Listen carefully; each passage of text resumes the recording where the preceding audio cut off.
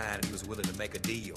When he came across this young man sawing on a fiddle and playing it hot, and the devil jumped. Country music legend Charlie Daniels has a new book, and it is out today. You can get it wherever books are sold. I'm sorry, that song just makes me dance. His memoir is called Never Look at the Empty Seats. It's all about Charlie's tales of hard work, musical discovery, and faith. We were lucky enough to sit down with Charlie and listen to some of his personal stories through the years. Take a look. I'm just excited that he came by to visit us, our friend Charlie Daniels. How you been?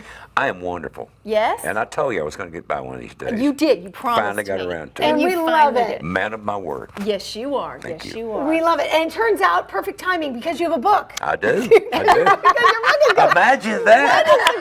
coincidence. What is a coincidence? It's so cool. I love this book. I love Thank it. you. You know, of all your years in music, you've got to be asked by so many some advice. I am, and I try to put a little of that in the book. Yeah. The thing about it is, I mean, there's no yellow brick road, there's no chart you can take or map to get you where you're going, but there are some absolutes. And I tried to number some of those in there that I had beat my head against the wall about. They probably will not listen and go ahead and beat their head against the wall too. That's the way musicians are. But anyway, there's a few lessons in there if you want to take them seriously. All right, give us one of the drops of knowledge. Well, for one thing, when you first start having hit records and stuff, you tend to think bigger is better, and you expand and you expand and you expand and expand, and it's fun.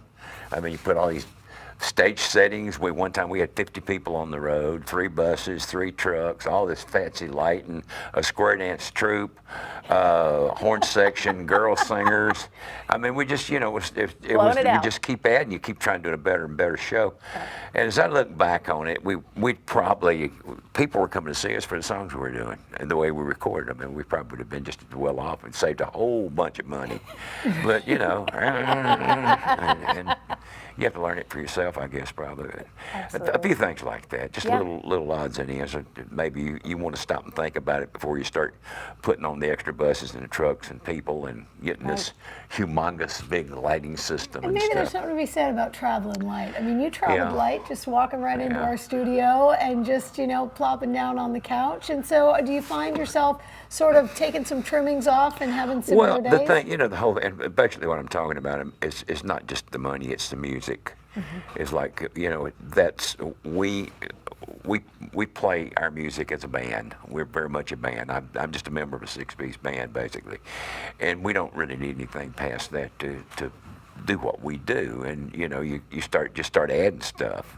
And it's easy to do. I mean, it was a great show, but my gosh, it was, you know, we looked like the Ringling Brothers coming down the road. I love that. Well, I can loved picture it it. all. I can picture that. So talk to us about getting started, though, because there are so many people. I mean, we've got 80-something people moving here every day. A lot of them want to be in music.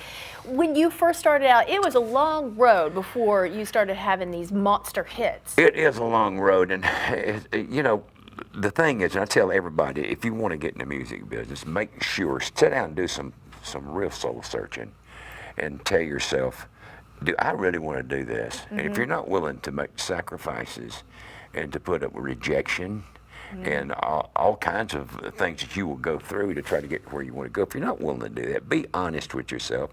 Stay home and play the lounges, you know, and don't try to go out and because you're going to get your heart broken.